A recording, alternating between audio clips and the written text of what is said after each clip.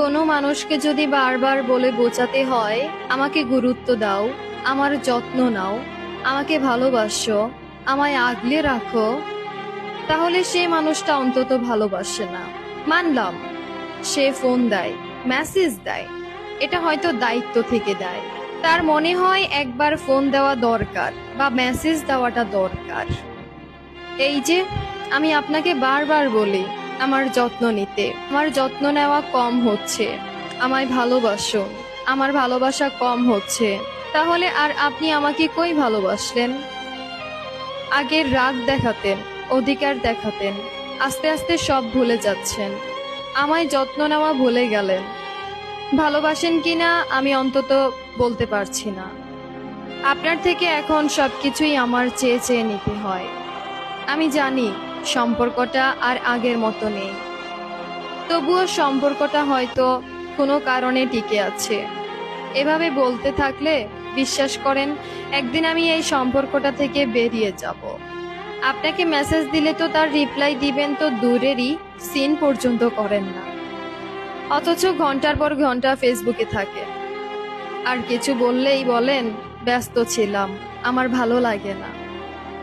অজুহাতের তখন শেষ নেই।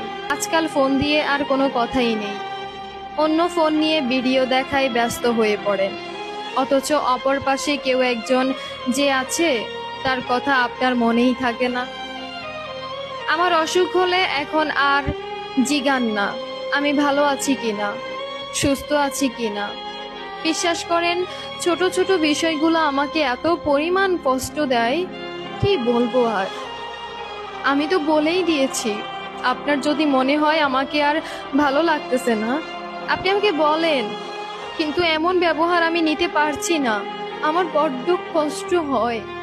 না আপনি ছাড়বেন, আবার না আপনি ধরবেন। এমন সম্পর্কগুলোতে যারা আছে তারা বুঝবে একই রকম রিলেশনশিপে থাকাটা কতটা যন্ত্রণা। এসব সম্পর্কগুলো অনেক বেশি কষ্টের হয়। না পারতেছি তাকে ধরতে, না পারতেছি তাকে রাখতে, না পারতেছি তাকে ছাড়তে, না সে আমাকে ছাড়তেছে না সে আমাকে রাখতেছে। সম্পর্কটা একটা দোটানার মধ্যে থাকে। সেরকম সম্পর্কের মধ্যে যারা যারা আছে তারা আসলেই বুঝবে এই সম্পর্কটার মধ্যে থাকতে কতটা যন্ত্রণা হয়, কতটা কষ্ট হয়।